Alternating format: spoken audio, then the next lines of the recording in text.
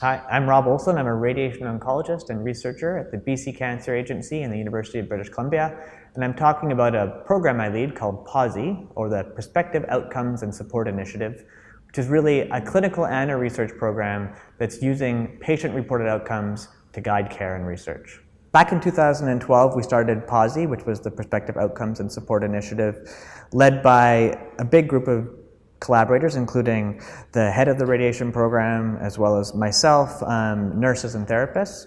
We decided to design and implement the workflows and the electronic systems to collect patient-reported outcomes. Although initially I was quite interested in research, it became quite clear, especially with the nursing and therapist colleagues, that we wanted to use it for immediate clinical care, which was the focus. We started with several different ways of reaching out to the whole program. So in 2012, we had focus groups, presentations, town hall meetings in each of the 6 centers, as well as a program survey, the results of which were quite useful in the first couple of years to keep people engaged. So in surveying almost the entire department, we found quite a high support for this program, and importantly, even if there was a lot of extra effort. Then after some other consultations, we decided to start with bone metastases in all 6 of the centers at the same time.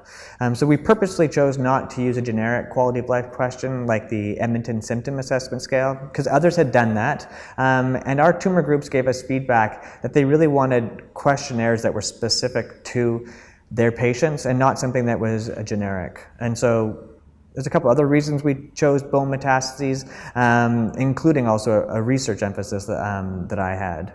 And from this, we actually found that we had quite a large buy-in, and we quickly moved from having radiation therapists and radiation nurses collecting this information to having iPad collection. And this slide is really just a demonstration of how you can use the iPads to do it. We chose to use an in-house program, but I think other programs could use a commercial entity, and that would be fine.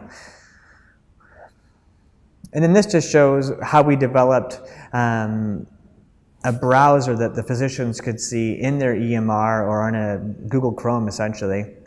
And you could alter how it looks, and you can get flags. And so this was important because it had to be usable in clinic for patients to want to, for providers to want to put data into our program.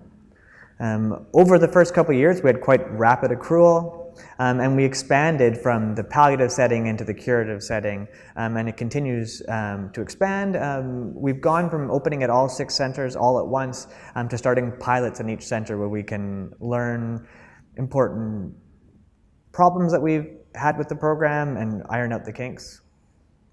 And so now we've had over 30,000 assessments. We've had nurses do 5,000 phone calls, which we actually have limited now just to patients who have palliative indications for radiation. We're using iPads exclusively within the curative setting. And we have about 250 assessments a week.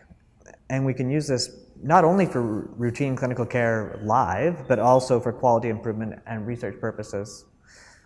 This slide right here is just an example of one of the quality improvement projects that we could do relatively quickly. So as an example, in patients who have brain metastases, one of the questions we ask them is, are they on dexamethasone? And then there's some adaptive questions, and you get questions like, do you have some side effect symptoms? But also, do you know your weaning instructions?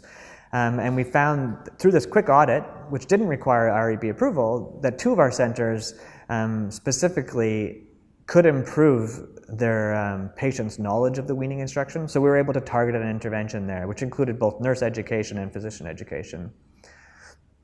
The other thing that we can do, and a bit more near and dear to my heart, is the research that you can do. So previously I had shown there's a huge variability in the use of a single fraction of radiotherapy for bone metastases across our, at that time, 5 centers. And there was a worrisome decreased trend in the single fraction use, despite there being overwhelming evidence that single fraction is as effective as multiple fractions. So there's actually 25 randomized trials and a meta-analysis. So I don't know if you could get more evidence. And certainly we didn't need a 26th randomized trial. And so when I had reached out to physicians as to why this might be, one of the reasons that people were reluctant to give a single treatment was because they were concerned that their patients didn't match up the patients in the trials. So either were too elderly or frail or had complicated bone metastases, such as having a fracture or spinal cord compression. So in complementary to these randomized trials, we subsequently were able to use data from POSI. So these are different patients. This is the whole population of BC, so patients who are also unfit.